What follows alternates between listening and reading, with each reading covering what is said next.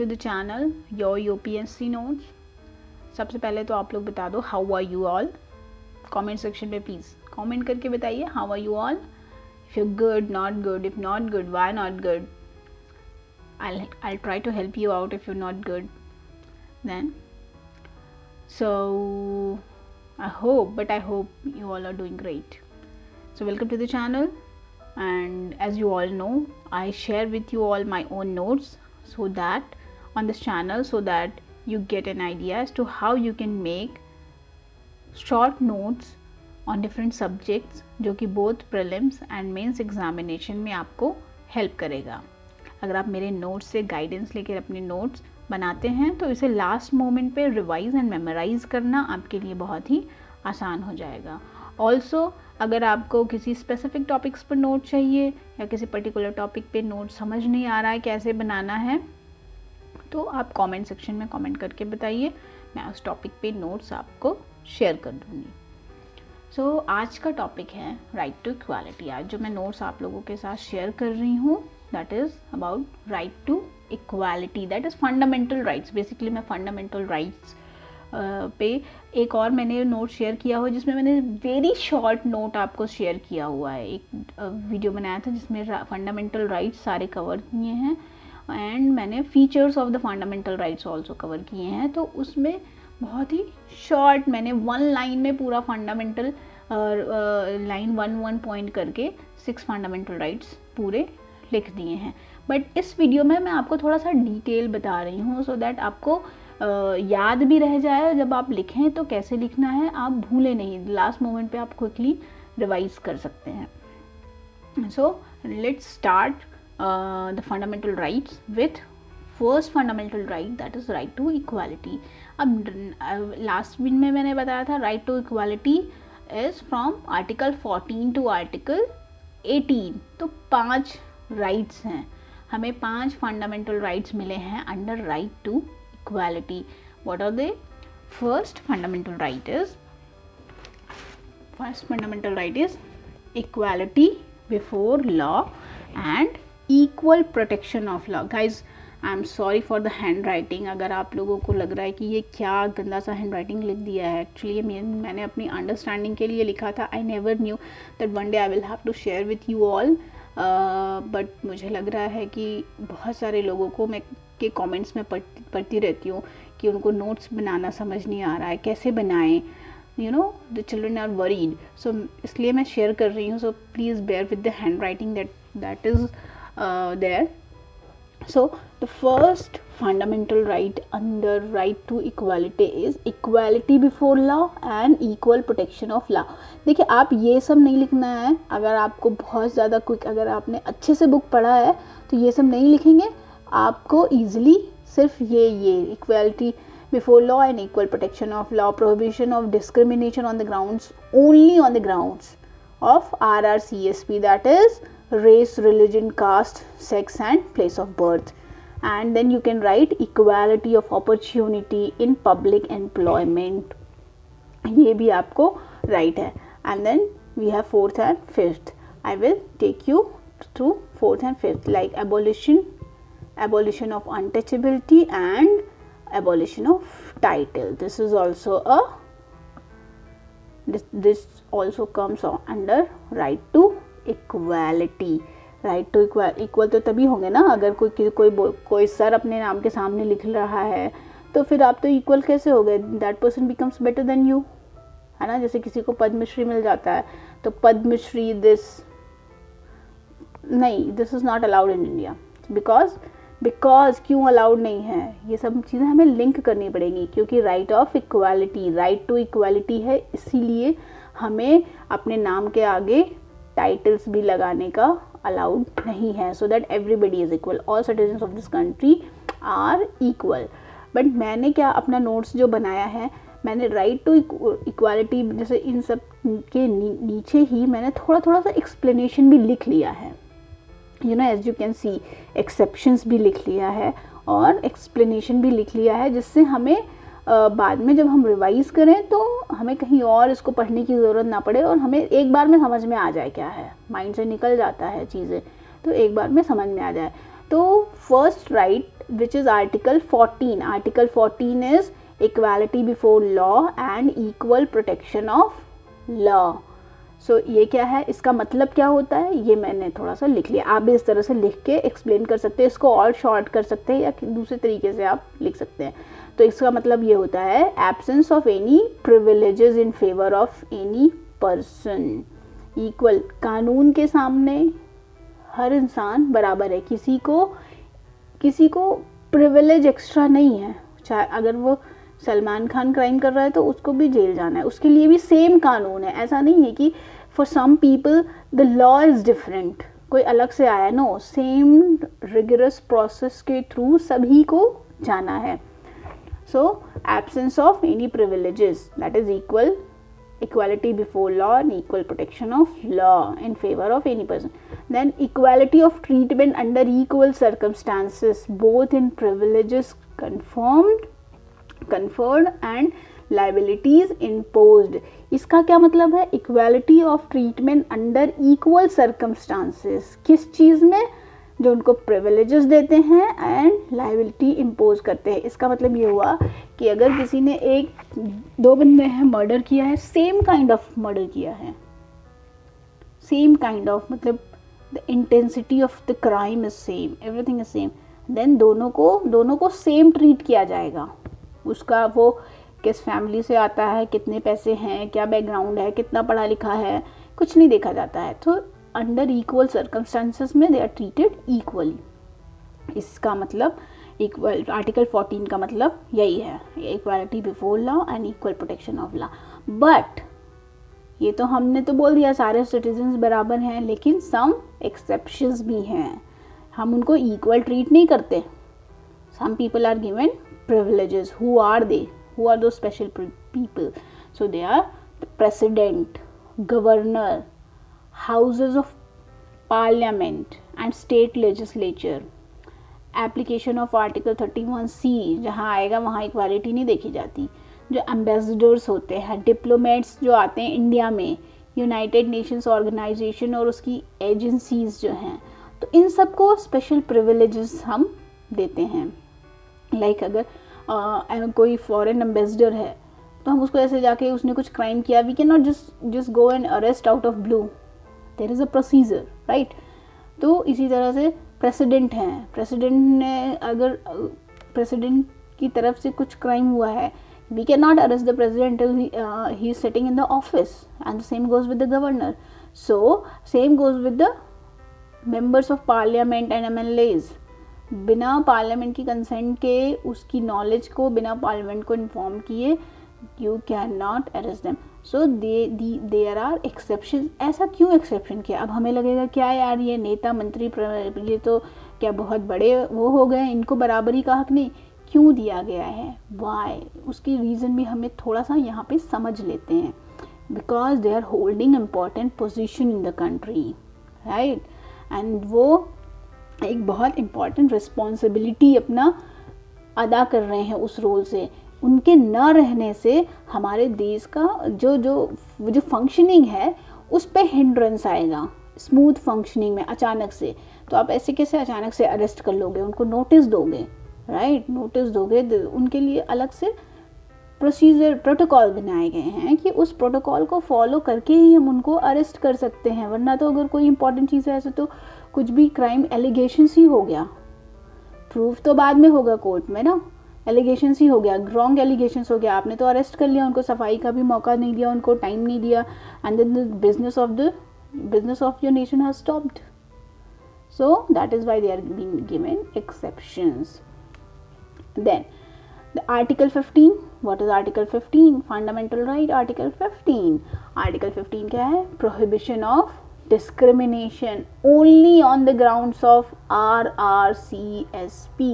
आप इस तरह से नोट्स लिख के RRCSP बोल दो, वो हमेशा के लिए याद हो जाएगा. मतलब race, religion, caste, sex and place of birth. तो इसके बेसिस पे हम किसी के साथ डिस्क्रिमिनेशन नहीं कर सकते. ओनली इसके बेसिस पे नहीं कर सकते, सिर्फ इसके बेसिस पे नहीं कर सकते. अगर कोई एक ग्राउंड लेके हम करते हैं तो we can not discriminate. This is article 15। हर कोई इंसान बराबर है, बट इसके एक्सेप्शंस भी हैं। एक्सेप्शंस क्या हैं? Special provision for women and children, right, special provision for women and children, for advancement of socially educationally backward classes and for economically weaker sections. तो ये जो लोग हैं इनको अपलिफ्ट करने के लिए, क्योंकि ये तो हमें पता है, बीइंग इंडियन, हम सभी जो हम ग्रो अप हुए हैं, now all of you are into the preparation of UPSC, सभी को पता है कि बहुत डिस्पैरिटी है ना हमारी सोसाइटी में, how the male domination is there, the patriarchal mindset is there. तो डिसएडवांटेजेस सर्टेन सेक्शंस फेस करते हैं और डिसएडवांटेज डिफरेंट लेवल्स पे फेस करते हैं। विमेन का अलग डिसएडवांटेज है, बच्चों की तो हार्डली यहाँ मतलब सुनवाई ही क्या होती है। जब हम बच्चे थे तो कौन सुनता था, unlike the countries, western countries, यहाँ पे बच्चे you know they are the king. हमारा तो चमाट भी लग जाती होगी, मैंने तो नहीं खाई यू नो, कुछ लोग खाते हैं बचपन में, कुछ बड़े होकर भी। Let's hope we are not in that group. Then so उनको जो डिसएडवांटेजेस हैं फॉर, और कौन है, बहुत सारे लोग जो सोशली डिसएडवांटेज हैं, एजुकेशनली, उनके पास एजुकेशन नहीं है, उनको भी एट पार पे लाने के लिए हम डिस्क्रिमिनेशन करते हैं। हम ये डिस्क्रिमिनेशन अलाउड होता है इकोनॉमिकली। बहुत सारे जो गरीब हैं उनके पास नहीं है, तो उनको हम ये नहीं बोलेंगे हम उनको 100 रुपये दे रहे हैं यू नो, या हम उनको पीडीएस सिस्टम के थ्रू अनाज दे रहे हैं, ग्रेन्स दे रहे हैं, तो फिर हम अंबानी के घर पे भी पहुंचाएंगे। यहाँ इसी चीज़ की बात हो रही है, राइट। तो क्योंकि वो इकोनॉमिकली वीकर सेक्शन है इसलिए हम उनको दे रहे हैं, तो दिस इज़ अलाउड। हम 3 रुपये किलो का जो अनाज है, 2 रुपये किलो का अनाज है, वो हम गरीबों को दे रहे हैं, तो हम अंबानी को भी दे दें, ठीक है, अडानी को भी दे दे, करीना कपूर के घर पे भी पहुंचा दे, क्योंकि आप भी तो इक्वल हो, आप भी सिटीजन हो ना, ऐसे तो हैं, उनको भी देना चाहिए, उनको भी लेने का अलाउड होना चाहिए, बट नहीं है, उनको तो छोड़ दीजिए, हमें नहीं है ना। We as a citizen, we if you are beyond certain threshold of the income, if your parents are, we can not take this. So ये डिस्क्रिमिनेशन अलाउड होता है, so that everybody has right to be treated well and get uplifted from their poor circumstances, ताकि वो भी आगे आ सकें। सो ये article 15 यही बोलता है। प्रोहिबिशन ऑफ डिस्क्रिमिनेशन सिर्फ इस बेसिस पे नहीं है, बट अगर इस बेसिस पे सिर्फ जेंडर के बेसिस पे नहीं है, but if the gender is और the caste is, what does it mean? Gender, caste is combined with poverty, है ना। इकोनॉमिकली वीकर सेक्शन में क्या है, इवन द कास्ट क्या है, द हायर कास्ट जो इकोनॉमिकली वीक हैं, बहुत सारे सेक्शन में, इंडिया में हर सेक्शन में, हर कास्ट में, हर स्ट्रेटा में there are rich and poor, तो सभी को अपलिफ्टमेंट चाहिए। और बहुत सारे जो हमारा कास्ट है वो almost they are backward at major levels, almost all the levels, तो उनकी अपलिफ्टमेंट का अलग है। So that is why this discrimination is allowed, article 15। Now article 16 क्या बोलता है? Equality of opportunity in public employment. तो सभी को जो सरकारी रोजगार है, जो गवर्नमेंट एम्प्लॉयमेंट है, उसमें सभी को बराबर का मौका दिया जाएगा। ये आर्टिकल 16 बोलता है राइट टू इक्वालिटी, सभी को इक्वल अपॉर्चुनिटी है कि सरकार के साथ काम कर सकें। बट फिर से एक्सेप्शन आ जाते हैं। एक्सेप्शंस क्या हैं? अगर पार्लियामेंट ने प्रेस्क्राइब कर दिया है रेजिडेंस एज अ कंडीशन, मतलब कुछ ऐसी वैकेंसीज निकाली है जहाँ पे सिर्फ यहाँ के जो लोग रहते हैं वही अप्लाई कर सकते हैं। Reservation for those who are not adequately represented, उनको रिजर्वेशन दे दिया। Then 10% reservation for weaker section, economically weaker section, ये सारे। एक तरफ तो हम कह रहे हैं आर्टिकल राइट टू इक्वालिटी में क्या है, इसीलिए हमने जो मैंने लास्ट वीडियो में आपको बताया था, जब शॉर्ट में जो फीचर्स में भी बताया था कि These are not absolute right. These are the fundamental rights are reasonably restricted. तो रेस्ट्रिक्शन यही है कि पार्लियामेंट ने अगर रेजिडेंस प्रेस्क्राइब कर दिया तो उस रेजिडेंट का फिर वो इक्वल अपॉर्चुनिटी तो है बट नहीं अप्लाई कर सकता. रिजर्वेशन दे दिया, अब कुछ वैकेंसी निकाली which is reserve for certain section, तो सबको इक्वल अपॉर्चुनिटी नहीं मिल रही है उसमें अप्लाई करने के लिए. एंड देन वीकर सेक्शन के लिए रिजर्वेशन दे दिया, तो जो जिनके पास पैसे हैं जो थ्रेश होल्ड इनकम जो लिमिट लगाई है गवर्नमेंट ने इकोनॉमिकली वीकर सेक्शन के लिए, उससे ज़्यादा 1 रुपया भी ज़्यादा है उसकी इनकम, तो वो एलिजिबल नहीं होगा. तो फिर वो बोलेगा हमारे साथ इनजस्टिस हो रहा है, राइट. इक्वल अपॉर्चुनिटी तो हो ही नहीं रही है, इसलिए गवर्नमेंट ने एक्सेप्शंस भी मेंशन कर रखे हैं कि दीज आर द कॉन्स्टिट्यूशन में एक्सेप्शंस हैं. एक्सेप्शन, अब ये सब ज़रूरी क्यों होता है? ज़रूरी होता है इसलिए कि सभी को again at the same level पे लाने के लिए, so that everybody is at par. Everybody is at par कि एक लेवल पे आ, जो भाई जिनके पास नहीं है खाने को उनको तो पहले आप खाना दोगे ना. तो जो खा भी रहा है, जो पिज़्ज़ा खा रहा है, जो बच जा रहा है डस्टबिन में डाल रहा है, उसको क्या पड़ी है, तो पहले आप दोगे उसको खाने को. एक जो है हार्वर्ड से पढ़ के आ रहा है, पैसा है, सब कुछ है, वो पढ़ने के बाद भी चाहे उसके पास इतना पैसा है कि वो उसके पास ऑप्शन है वो जॉब करे या नहीं करे. एंड देयर आर अदर्स जिसको पढ़ने का भी मौका नहीं मिल रहा है, तो you will give them reservation पढ़ने के लिए, फिर जॉब के लिए, कि किसी तरह तुम आओ, अपलिफ्ट करो. क्योंकि एक देश जो आगे बढ़ता है वो हर किसी के आगे बढ़ने से ही आगे बढ़ता है. कुछ लोगों के आगे बढ़ने से आगे कोई भी देश का विकास नहीं हो सकता है. एक जब if you take the example of a family, एक परिवार अगर उसके 4 भाई हैं, तो जब चारों पढ़े रहेंगे, उनके बच्चे पढ़े रहेंगे, देन वो पूरा परिवार एक होता है, परिवार का विकास हो गया. अदरवाइज तो वो तो इंडिविजुअल का विकास हुआ ना. बाकी पीछे रह जाते हैं, पढ़े लिखे भी नहीं होते हैं. एक भाई समझ लो उसको शराब पीना है, वो शराब में सारा पैसा उड़ाता है, मारता है, पीटता है अपने बीवी बच्चों को, और एजुकेशन नहीं दे पा रहा है, तो वो तो पीछे ही रह जाएगा. तो परिवार का विकास नहीं हुआ ना, वो पीछे रह गया, फिर उसकी जनरेशन भी. तो इसलिए इंडिया, अगर हमें भारत का विकास करना है तो all sections of the society has to be taken forward and they are given. That is why ये सारे रिजर्वेशन और exceptions and we are also talking about women reservation in the parliament.